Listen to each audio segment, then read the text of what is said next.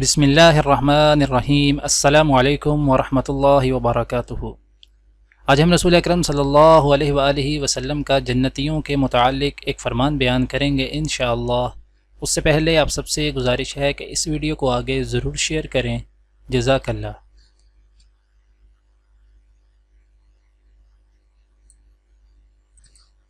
حضرت ابو ہریرہ رضی اللہ تعالی عنہ فرماتے ہیں کہ رسول اللہ صلی اللہ علیہ وآلہ وسلم نے فرمایا، سب سے پہلا گروہ جو جنت میں داخل ہوگا ان کی صورتیں ایسی روشن ہوں گی جیسے 14ویں کا چاند روشن ہوتا ہے۔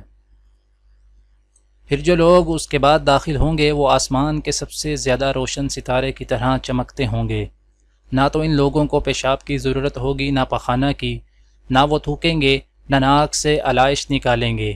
ان کے کنگھے سونے کے ہوں گے اور ان کا پسینہ مشک کی طرح ہوگا۔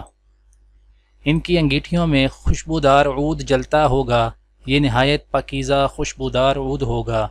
ان کی بیویاں بڑی آنکھوں والی حوریں ہوں گی، سب کی صورتیں ایک ہوں گی، یعنی اپنے والد آدم علیہ السلام کے قد و قامت پر 60 ہاتھ اونچے ہوں گے۔